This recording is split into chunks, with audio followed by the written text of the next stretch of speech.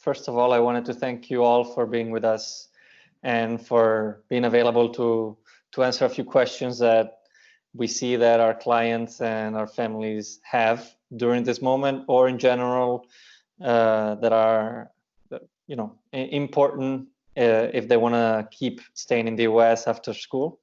So thank you for your time. And, thank you, Arvinder, Jackie, and Mark, everyone, for being here. And if I can start asking you some questions, and you can go ahead, and whoever wants to answer, if all of you want to get in and answer, then we can get started. Sure, sounds great. Thanks for the invitation to speak with you and your student athletes. Okay, thank you. So I guess the most urgent matter is what happened this past week about Trump and his tweet when he's talking about immigration, and what's happening. What's the situation there? Sure. Yeah, we were referring to it as the tweet heard around the world, at least the immigration world, because it definitely took everybody aback a bit. But the one thing we've come to learn with our president is that just because he tweets something doesn't actually mean that it's going to happen, or it's going to happen with the same level of concern that he might raise with it. So I think what we were saying early on, we were telling our clients when this came out that this sounded a lot more like a political statement than a policy statement, and but he didn't give any other details about what this suspension of immigration was going to look like. And in the past, he has tweeted some pretty ominous things that didn't happen at all, or when they happened, they were much more of a whimper. And I think this falls in that category. So again, we were all initially concerned that when the president of the United States says he's going to suspend all immigration into the U.S., that sounds pretty ominous. But as we waited for the dust to settle, interestingly, a lot of reports said that he had tweeted about that suspension and this executive order that he was going to sign, and his staff didn't even start drafting it till the next morning. So okay. Not sure how well the tweet was thought out, but I'm not sure how well most of his tweets are thought out. But 2 days later, we did get some more details, and what was issued was not an executive order, was something called a presidential proclamation about immigration. And again, it was very much more limited in scope than you would have thought, or people were suspecting or fearing after seeing his tweet. So what this proclamation does, and again, and also I guess just to give some background, what the president is saying, that there are really two rationales that he's relying on for why he wants to suspend or slow immigration to the U.S. One is the health-related reasons and preventing the spread of the virus, but that's kind of already happening with all the travel restrictions in place. But then the second rationale is protecting the U.S. labor force, and now with 20-30 million Americans in unemployment, he views slowing immigration as a way to protect the U.S. labor force and reduce competition in the U.S. labor force. But again, it really, I think misses the point that some of the people who are unemployed are not the same people that are coming here in some of the higher skilled immigrant categories, and it's just not a one-to-one exchange. So I think it's coming from a very protectionistic place and potentially a xenophobic place. But at the end of the day, when we saw the actual proclamation that came out, instead of suspending all immigration, the concern was it going to prevent anybody from coming into the U.S.? Was it going to prevent people who are already inside the U.S. from filing applications or staying in the U.S.? And it really does none of that. All it does is it says for people who are currently outside the U.S.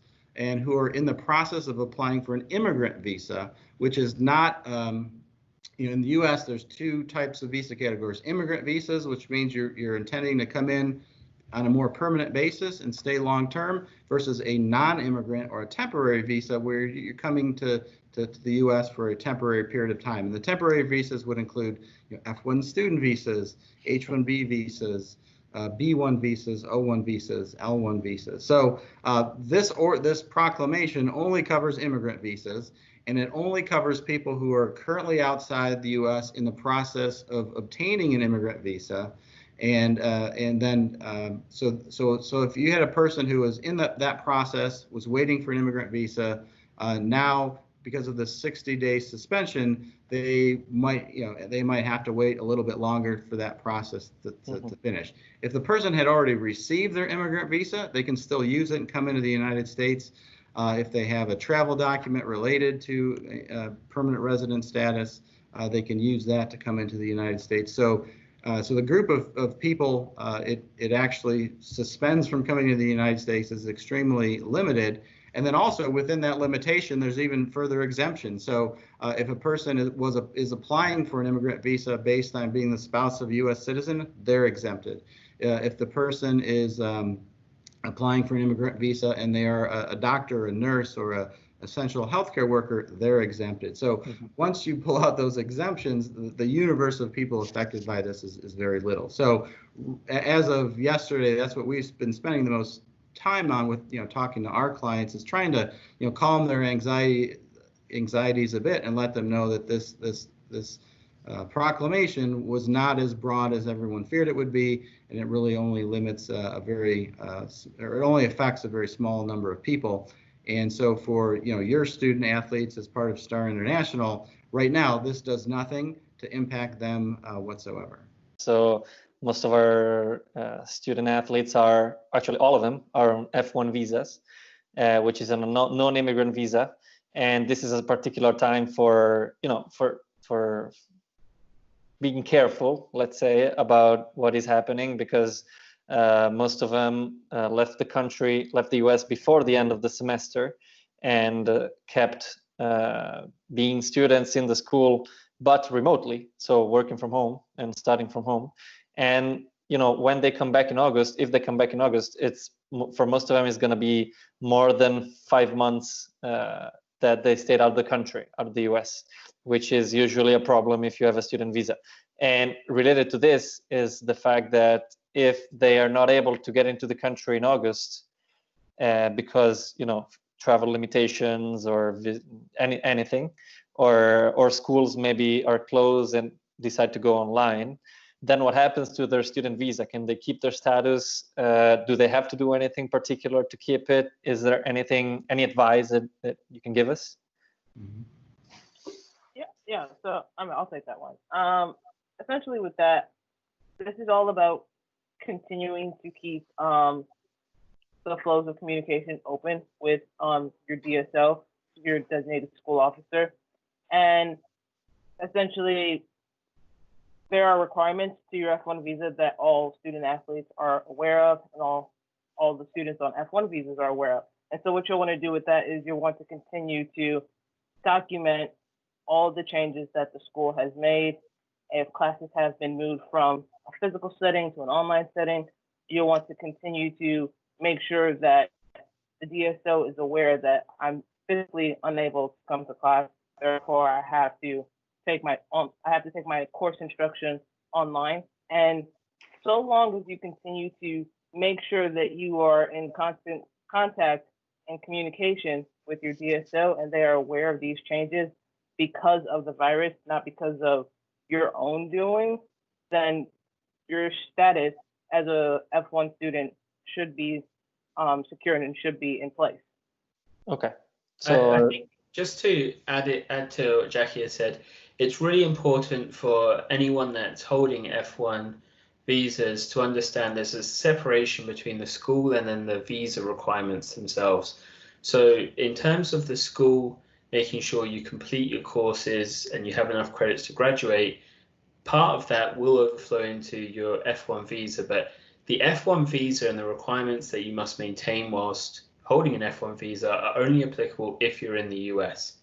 So if you're outside of the US, like some of your students may be, they may have returned back to their home countries, they're not obliged to maintain the F1 visa status because they don't have status in the US as soon as you leave the US.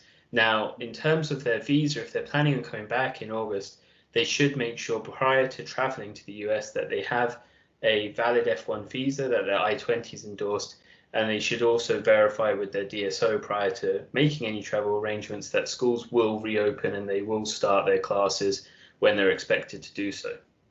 Okay, perfect. So yeah, the biggest takeaway from all this is to keep in touch with the school, keep in touch with the DSO, and make sure that their status is active and they're good to come back. Absolutely, and that will make sure, and the DSO will know that, you know, that they're in active status and that their CVIS number isn't terminated because they've left. Okay. Absolutely. A lot of questions that we are asked by our student athletes when they are done with school or they're about to get done with school, so they're about to graduate, is everything that comes after. So everything that stands between being a student and be a worker in the US. And a lot of questions are about the OPT. So how, when is the best time to be on OPT? How does the extension work if you're a STEM major? And if once you're on OPT, then you can stay on OPT at the same company, or maybe you can change during the OPT. So to have all the information related to this, you know, so that they can do everything correctly. Yeah, I'll take that one as well. With so yes, when you finish your program, one of the options that you can explore and which will allow you to further stay in the United States is optional practical training, or OPT. And best piece of advice for gaining that is to apply for it as early as possible. And what I mean by that is you can apply for OPT 90 days before the end date of your program, which should be listed on your I-20. And you can apply for it 60 days after that end date. But as soon as that application timeline hits, you definitely want to apply for it as early as possible. And so that's essentially what you're getting when you're trying to apply for OPT. Apply for it as early as possible, 90 days before your end date and 60 days after your end date.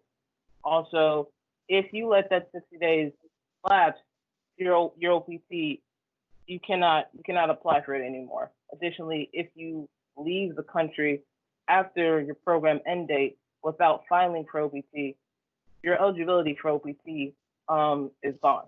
So Okay. if you're seriously considering applying for OPT, you want to make sure you get that done while you're still on F1 status and while you're still in the United States. Okay, perfect. So I think it's important for students to also recognize that the timings really are critical. With when you're applying for an employment authorization document through the OPT, there's no surefire way of expediting that request. You can ask for a discretionary expedite from USCIS, but in my years practicing, I've never seen one approved, and typically they're for humanitarian grounds, or if there's substantial risk to the company, financial risk or otherwise. But just saying to somebody, look, I need to start working by the start date isn't going to be enough to get that expedite request approved. So monitoring when you can file and filing early, like Jackie said, is really crucial.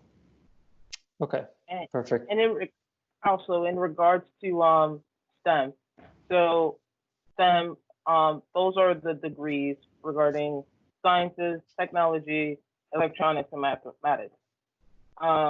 Just like everyone who is on an F1 visa, you're allowed to have 12 months of OPT.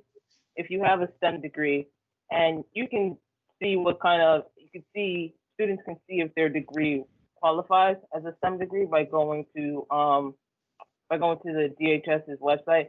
All the degrees are there. But once again, if you have a degree in the sciences, technology, electronics, and mathematics, you can get an additional 24 months, which you alluded to. And essentially, after the 12 months of your initial OPT, there's a 60-day grace period, and you can't apply for that extension within that grace period. So you want to wait. Okay. And Corrado, you'd also asked the question about once you get the optional practical training, whether you can change employers or how what fields that you can work in. So generally speaking, you do need to be getting a job in a field that's related to your degree. There's some leeway as far as how directly closely related it has to be to the degree, but that's something that your DSO will help the student navigate. But generally, the idea for the OPT is the practical training element is to have a year's worth of employment authorization to apply what you've learned in your F1 period of study. So it should be closely related to your field of study. But you are allowed to move to another employer.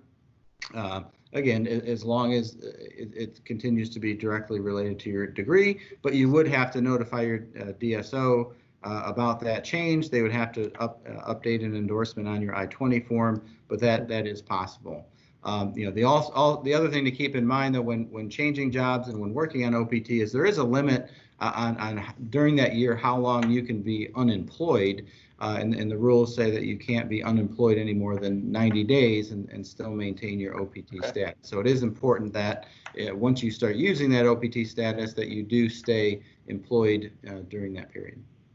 Okay, perfect. One question actually that came to mind now is related to students that completed their bachelor degree. They are on OPT at the moment, and maybe they decide to get a master's degree. Okay, so they decide to go back to school, and in that case, they need to get their visa, their F1 visa back, but they are at the moment in the US. Is there a chance for them to get their visa while they are in the US, or do they have to go back to Italy and go through the whole procedure from their home country? Arvinder, why don't you take that one and use that as an opportunity to explain the difference between visa and status? Sure, absolutely. So to go over two broad concepts, the visa and status are two different concepts. The visa itself is a travel document, so that gives you the ability to come into the US in a particular category or a status, and you would obtain that from a US embassy or consulate abroad after typically you've got an approval either from USCIS, or there are certain visa categories that you can actually apply for directly at the US embassy or consulate. If you're in the US, you can actually change your status or extend your status by using various different forms and filings. And so if somebody is in the US and they wanted to go into a master's degree and pursue their F1, if they're in F1 status, then they would be absolutely fine. If they needed to change, if they, let's say, had a H1B and they went back to school, they'd file what's called a change of status with USCIS and request that they change from a H1 to an F1, and that can be done in the US. They don't have to leave and come back with an F1 visa stamp.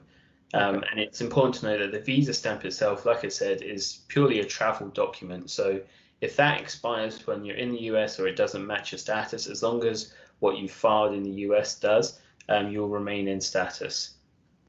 Okay, so basically, if we're talking about a status change, they don't need to, they can stay in the country, they just need to get their status change from a one type, maybe H1B, or from an OPT to a student status, and then they can basically they're allowed to stay in the country and to pursue the degree and go to their masters.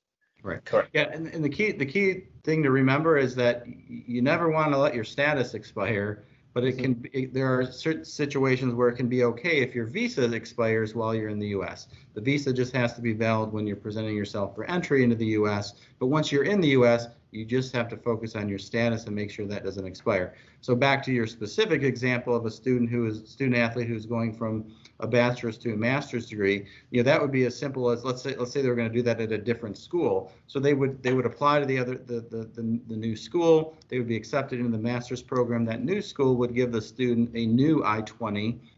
Showing that they've been admitted to the master's program, and that new I-20 would effectively extend that individual status. And then one other thing, since we were just talking about OPT, kind of interesting, is that that student, you're eligible for a year of OPT after a bachelor's degree. If you apply for a master's degree, when you complete the master's degree, you'd be eligible for another year of OPT after that. Okay, but if you don't do your OPT after your bachelor degree, you don't have two years of OPT after your master's. Correct. Okay. Correct. And just for the example that we were saying before, so let's say a student goes on and changes his status and goes to a master's school, degree at another school, then the visa is expired at that point. So the problem with him is if he comes back and then decides to go back to the US, right? So his status is okay, and he's going to be a student if he completes his master's degree, as long as he doesn't leave the country. But if he comes back to Italy, let's say for the summer, and then he comes back to the US the year after, and the visa is expired, then that's a problem. Then he has to go through the procedure and get a new visa. Yeah, it's always good practice before anyone who holds a visa in the US is traveling back to their home country or leaving the US for any reason, they should make sure they've verified with either their school in your case or their employer or their legal counsel to ensure they've got the appropriate documents. So in that particular scenario you mentioned, if somebody's visa had expired, their status is still good in the US, they decide to go home for the summer. Prior to coming back to the US, they'd want to make sure they've scheduled time at the US embassy or consulate closest to them to get a new F1 visa with their endorsed I-20, and then when they come back into the US, they would show that new visa and be admitted in F1 status. Okay, perfect. And in that scenario too, I mean, it is an administrative process they would have to go through to get the visa. But in most cases, there's not any risk that they're not going to get the visa. It's just a matter of proving that showing that they have a new I-20 document and still meet all the other requirements for the F1 visa program. And as long as that's the case, they'll be granted the visa. They just have to make sure that they plan on making the time and making that appointment to get that visa done and in their passport before they come back. Think about consulate appointments. This is something that applies to this moment specifically. So let's say that we're Italian, and there's Italian embassies, Italian consulates. Maybe they are closed or they're working in a limited way. And let's say there is an Austrian or Slovenian embassy from the US that is working full time, is working well and full time. Would it be possible for an Italian citizen, Italian residents, to go to another country to obtain a visa to the US? So I'll take that one. So the answer is it's possible. And what you're talking about is called third country processing. So the preference of the Department of State always is that you should apply in a consulate in the country that you're from, because they would have the best ability to assess your documents, assess your background, and make a full decision on whether you qualify for a particular visa.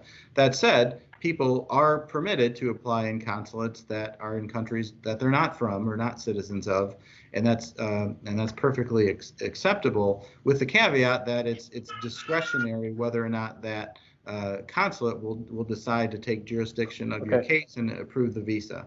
And so logistically, where the challenge can come in is that a consulate can decide for any reason or no reason not to grant you a visa just because you're a third country national. And the problem is you typically wouldn't find that out until you show up at your appointment. So you can go online, that consulate would likely let you make the appointment online, and then you would show up and you would go there, and then they would tell you, we're either going to give you your visa or not. In the current environment, it's kind of hard to say how different consulates in different countries are going to handle third country processing. Generally speaking, if you were applying in a country where you had at least maybe some relationship with or some ties to, or you are going to be renewing a visa in a category where you were already approved by the consulate in your home country, the chances of success are higher. But what we always tell individuals is that the risk of third country processing is that you can spend the money and travel to that place only to find out that they're not going to give it to you. But again, in most, as long as you have the proper immigration ability to get into that country and get back out of that country, then it should be nothing worse than some lost time and travel money. But for other people who they have to be a little bit more careful if going into that country and not being able to get the visa means that they can't come back, that can be a little bit more of a risky proposition. Yeah. And I guess the next questions that we get a lot of time is related to work visas, especially H-1B is the most common that our student athletes try to obtain. And my questions are related to the process. So in this case as well, how does the process work? How likely is a company to actually sponsor a visa? And then what are the chances to obtain this visa, even if a company decides to sponsor it? You know, if there's another process that allows you to get it or not get it. And if you know there should be any type of external help, it's something that a company takes care of, or something that you know you should go with someone like Ellis Porter, you know, to handle things.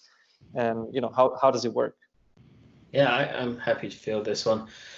So the H-1B program itself, it's a program that allows employers to hire individuals, beneficiaries in a specialty occupation, and that's a position that requires a bachelor's degree or its equivalent to perform the job itself. So typically, and historically, what would happen is employers would find the individuals they wanted to hire in a H-1B visa. They would then file a H-1B petition on their behalf on April 1st of that fiscal year, and then a random lottery would be conducted. There's 85,000 H-1B visas available each year, 65 under what's called the regular cap, and then an additional 20,000 for those who possess a US master's degree or higher. This year was the first year that USCIS have changed that. And so instead of having all of the applicants apply on April 1st, they introduced a pre-registration system, which we would anticipate is going to be carrying on for the years coming as well. And so the pre-registration system, essentially, you file a very short form for each individual that, as an employer, you wanted to hire under the H-1B program, which gives some very basic information. This year, the pre-registration was open from March 1st to March 20th. You would file your forms during that period of time, and then USCIS would collate all of that information, and they would randomly select the 85,000 cases that they were going to invite to file the full H-1B petition. And the USCIS allowed those petitions to be filed on April 1st of this year.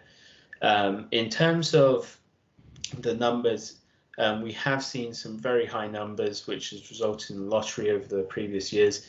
This year, there was close to 275,000 applications that were submitted. And remember, there's two caps. There's the regular cap and the master's cap. And so if you break down the numbers, which USCIS did, there was about a 31% selection rate in the regular cap and about 46% in the master's cap for this year. And every firm will vary. So if individuals have heard different people got different results, they vary because it's a random lottery. Mark, just you were on the front line this year in the US with the H-1B. First of all, I mean, how was the pre-registration process? And then how, as a firm, did we see those numbers come out? Yeah, you know, the pre-registration process went pretty smoothly. We had some concerns that, you know, the online system that we were going to have to use to register might not be up and ready to go when it was promised to be, just based on some past technology snafus that the Immigration Service has had. But I'll say it actually worked you know, pretty smoothly this year. We were able to get all the registrations in without too much hassle. And then, you know, the day we were supposed to find out about the selections, we found out that day. And in our office, you know, we had across the board about a 45% selection rate, which is much higher than we thought. You know, because we were speculating that because we were going from a procedure before where, you know, if you were an employer and you had 10 employees that you wanted to get H-1B, you were hoping to get H-1B visas for, you would have to, you know, hire an attorney to prepare and file all 10 of those applications and paying the attorney fees for those applications, and then you would submit them, and then the government would run their random selection process, and then maybe they'd say, okay, you had 4 of yours were selected and the other 6 were rejected. Well, you'd get your government filing fees back for those 6 applications, but you wouldn't get your attorney fees back. So it was an expensive proposition for employers. Under this pre-registration process, it's much more advantageous for employers because the fee to register your intent to file an H-1B was only $10. And so, and we offered a service where we did the registrations for free for our employers.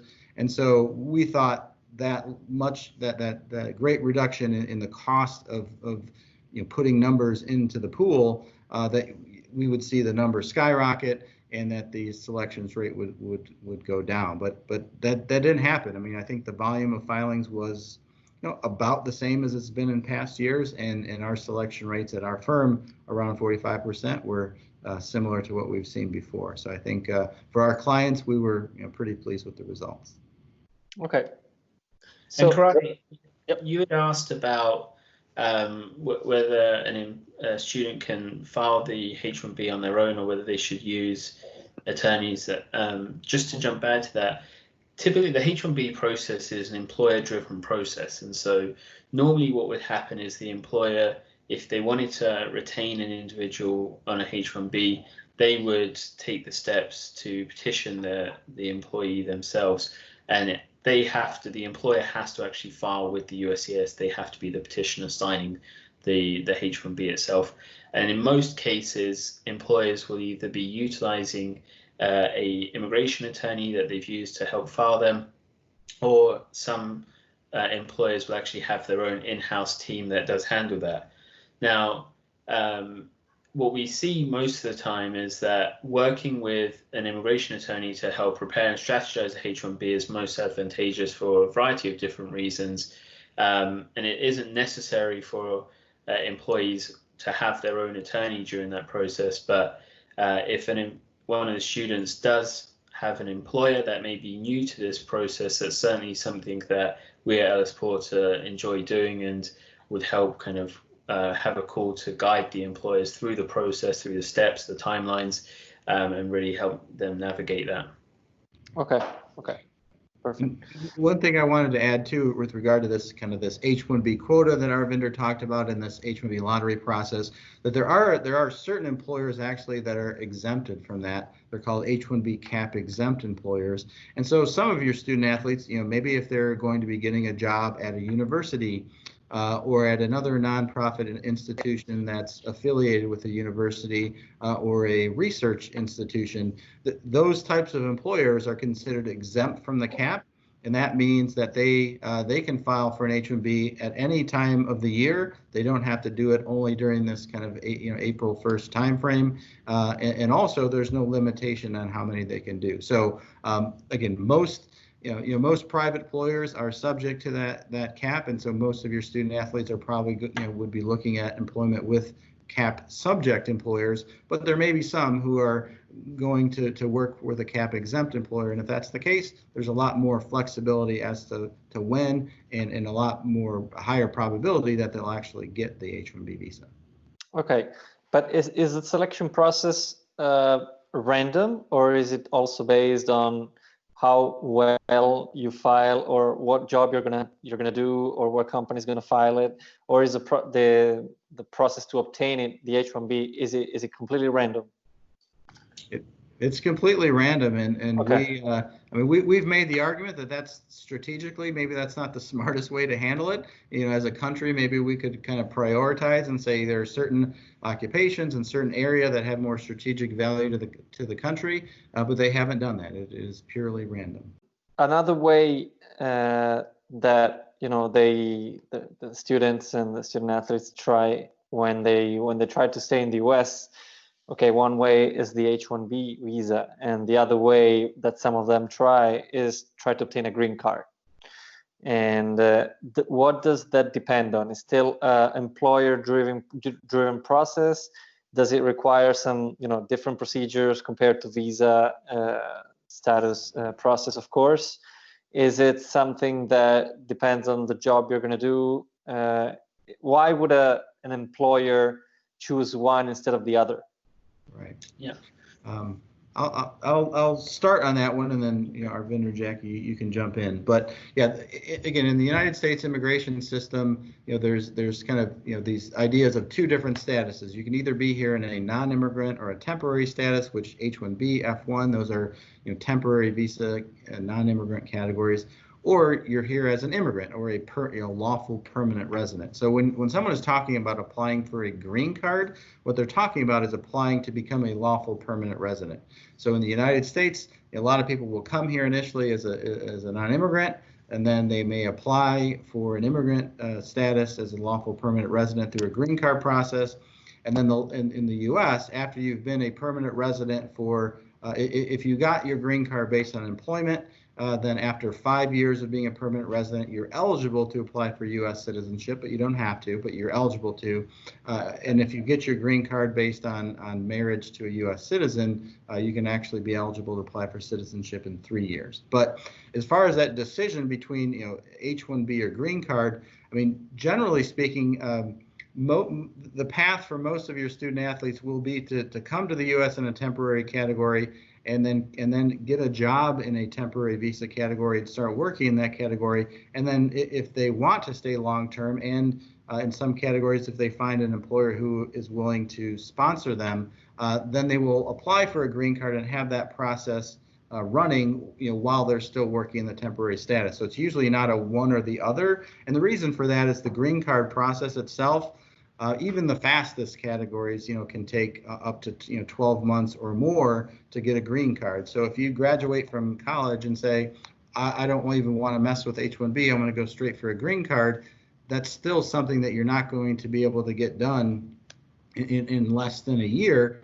And there's nothing that allows you to stay in the U.S. To stay at all or to stay and work while that application is pending. So most students will need to be on some temporary work status, and then they'll be pursuing a green card concurrently while they're here working for the employer. Now, as far as the green card categories, there are some that, again, like the H-1B, as Arvincher mentioned, are employer sponsored, meaning that an individual can't just say, I want to apply for a green card and do it on their own. They need their employer to lead that process for them. And I would say the majority of the categories are employer sponsored. Some of the categories will require something called labor certification, where the employer will have to conduct a test of the U.S. labor market to show that there's a shortage of workers for that particular skill set before they can move forward with the process of sponsoring a foreign employee. So, if you're getting a job as a mechanical engineer, they would have to do some test of the labor market to show in that region where you are looking to work that there aren't any individuals who have the skills to fill that position. But then there are other categories that aren't based on this labor certification concept. There are some categories where if an individual can show that they are doing some, let's say you're in a science or a research field, and you're doing some work in an area that's very critical to and important to the interest of the United States. Well, there's a category called the National Interest Waiver, where you can say that based on your work, the government should waive the requirement of having to do that labor certification, and so you can skip that step of the process. So there may be some students, depending on their field, could qualify for that national interest waiver, and there is some other exceptional ability categories, the EB1 or employment-based first preference EB1A category for extraordinary ability individuals, and so maybe they've done some things already in their academic career that make them stand out. Then they may be able to apply to those categories. But generally speaking, bachelor's program, some of the national interest waiver, the extraordinary ability, those might be tough ones to qualify for right after your bachelor's degree. But if you've been in the U.S. and you've gotten a bachelor's and you've gotten a master's and you've gotten a PhD all in the United States, you may, and many of our clients follow that path, and then after that master's degree or PhD, they may have the credentials to qualify for one of these categories based on extraordinary ability. But and the other thing, I wanted to mention too, because I know we've been kind of talking about student athletes and moving on into a field like engineering or whatever their field of study is. But there may be some of your student athletes who are good enough at their sport and have the passion to pursue that, and maybe they want to look at playing professionally in their sport. That's another path too. And there are, on the non-immigrant side, there's something called a P1 visa for athletes that they can use to be a professional athlete in the United States.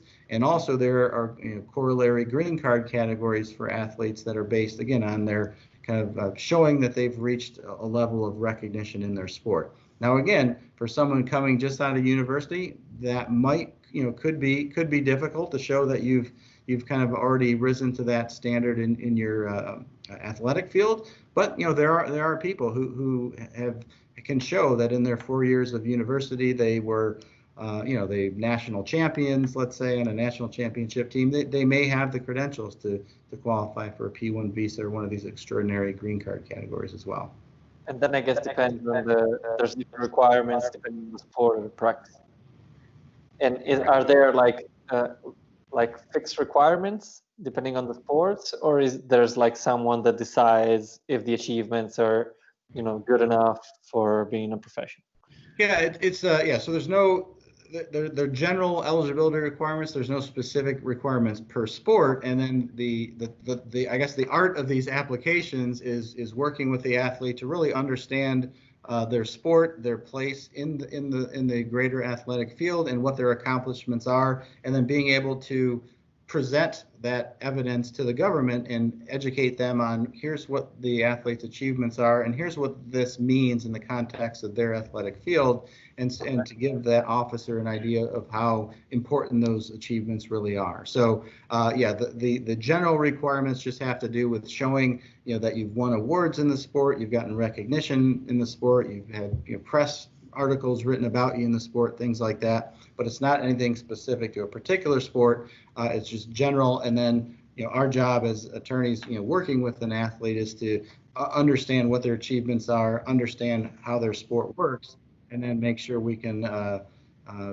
present that information in the most persuasive way possible.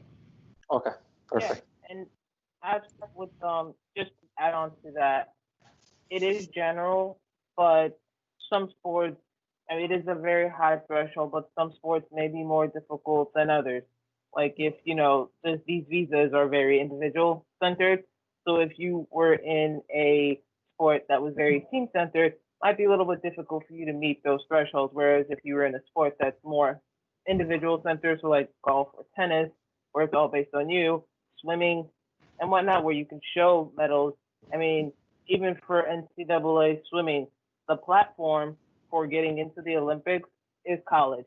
And so if you're a strong enough swimmer and you can show that you master, and then you're going into the Olympics and whatnot, you might have a better chance of obtaining one of these higher level visas as opposed to someone who played on a basketball team or a soccer team. And even though they may themselves have won a championship with their respective teams, the fact that you're on a team it doesn't downplay it, but it makes it just a little bit harder. I guess my last question is about residency and how do you become a permanent resident in the US when you come with your student visa?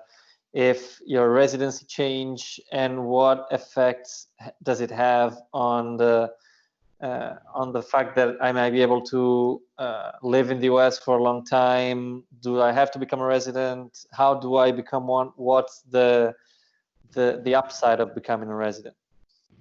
Arvinder, why don't you take that one? Yeah, of course. So when we talk about being a permanent resident in the US, that context means you hold a green card. You're a legal permanent resident of the US. Okay. When you're holding a student status like an F1, you're considered a temporary non-immigrant. And so every non-immigrant status has a limited duration on which you can stay in it. So F1, you can stay until you've completed your course and your OPT. H1B, you've got 6 years that can be extended in certain circumstances. Ls and all the other non-immigrant categories have their own duration of period you can remain in the US. If you don't transition to another category or another status, or you don't pursue a green card, most of the times when you hit that max or that end date, you'd have to depart the US or change your status. Okay. So if you pursue your green card and you've worked it out such that you've now obtained your green card, you're now a permanent resident in the US.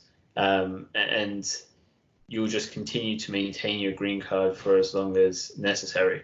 Now, if you're looking at citizenship and holding dual citizenship with the US and Italy or any other country, every country has their own rules and requirements for whether they do or do not allow anyone to hold dual citizenship. Most countries do, but that's something that you'd want to check specifically with that country when you're looking to do that. And it's also really good guidance if you're looking at maintaining dual citizenship to really understand the tax implications that go alongside that. But that's a completely different area. But there are a lot of considerations when undertaking citizenship. Okay.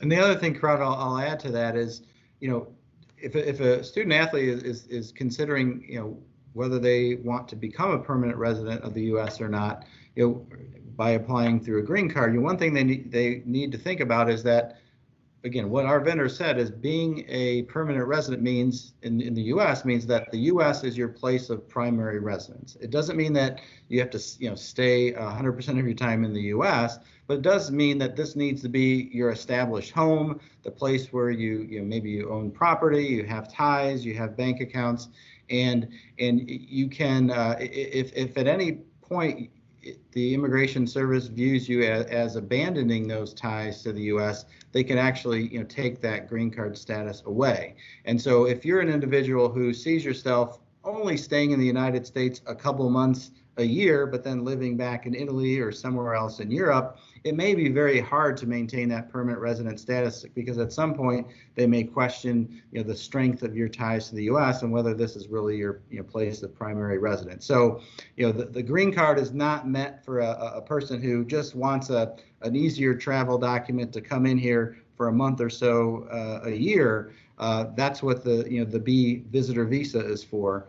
But the green card, the permanent resident status, is meant for someone who will consider the U.S. their home. Again, doesn't mean that you can't go back to Italy for a 6-week vacation or travel abroad, but it just means that you need to keep your residence established here in the United States and your ties strong. Otherwise, you may lose that status at some point.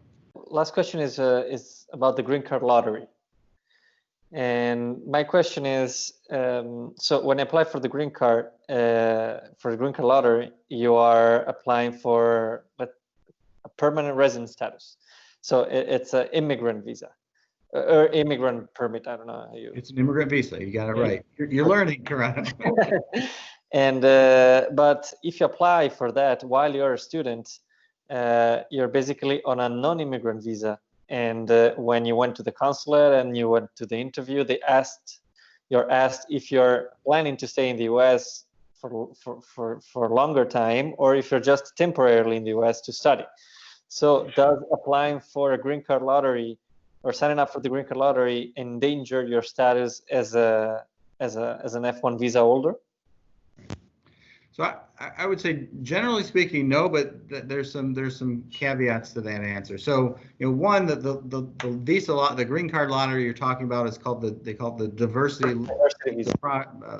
diversity visa program, and essentially there's 50,000 green cards they'll give out every year, and what the idea behind it is to spread those around to people and countries who are normally not sending a lot of immigrants to the U.S. And so they have some different ratios for how many numbers they allocate to different countries. But the idea was to, because most of our immigration system is based on people coming in through employment, or they're coming in because they already have family members here. And this was supposed to be a means to bring in some people outside of that to add to the diversity of the United States. Now, that program is still in effect. This administration does not like that program, and if they had their choice, they may shut that program down, and we'll have to see if that ever happens. But generally speaking, the way they allocate those numbers, Europeans tend to have a tougher time getting one because they don't get as many numbers as some other kind of smaller countries who don't send a lot of immigrants here. And then I think the selection rate there of getting selected, again, it's like 1%. It's very, very small. But I would say the act of actually applying for it doesn't create an issue. But if you're selected, you will need to be careful about how you would process that application, because in the U.S., what you were alluding to is in the U.S. immigration law, there's a concept of what's called immigrant intent. And what that means is that if the law says if you're coming here in a non-immigrant or temporary category, that your intentions should be to only stay in the United States for the duration of that visa, and then when that's over, your intention is to go back to your country. If the government the Immigration Service believes that you have immigrant intent, the intent to actually try to stay in the U.S. permanently, then they can use that immigrant intent to find you ineligible for a non-immigrant visa. Now, there are certain visas where you're actually allowed to have immigrant intent while on a non-immigrant visa. The H-1B is the primary one. Another visa called an L-1. Both allow you to have immigrant intent, which means you can kind of openly apply for a green card while you're on that status. However, the F1 student or F1 status does not recognize immigrant intent, and so you can have an issue where if the government sees that you have immigrant intent, they could find you ineligible for the visa. But again, submitting the application isn't enough of an indication of immigrant intent to cause a problem. But if you are selected, if you were in the U.S. and you then try to file what's called an adjustment of status application to change your status from F1 to permanent resident status, that could create some complications with your F1 status, and you would want to work with an attorney to kind of help you navigate that. Or you may choose to just do what's called consular processing, have that immigrant visa process go through a consulate outside the U.S. Sometimes that doesn't implicate as many immigrant visa issues while you're in the U.S. But again, my advice to an F1 student would be, doesn't hurt to apply. You can certainly apply. That's not going to cause any issues. But if you're selected, talk to an immigration attorney, because you're going to want to make sure you don't do anything that causes you to potentially jeopardize your F1 status before you get the green card, because the green card still will take many months to get even after you've been selected. Thank you for everything, and it was very nice of you. I just want to say thank you for the invitation to talk to you and to share some information with your student athletes. I think what StAR International is doing is amazing, because we know there are a lot of individuals in the U.S. or in Europe who would love the opportunity to study in the U.S. and play a sport in the U.S., but sometimes they don't know exactly how to go about that. And I think having an organization like StAR there to kind of educate them and hold their hand through that process is really, really helpful. And especially knowing, too, that I think there are some organizations out there that aren't all that trustworthy. And so students need to make sure they're working with a very trusted organization, like yours. So, yeah, we appreciate the invitation to speak to you, to share some knowledge with your students. And we're happy to support you any way that we can. And then also just want to say our continued thoughts and prayers and support go out to everyone in Italy.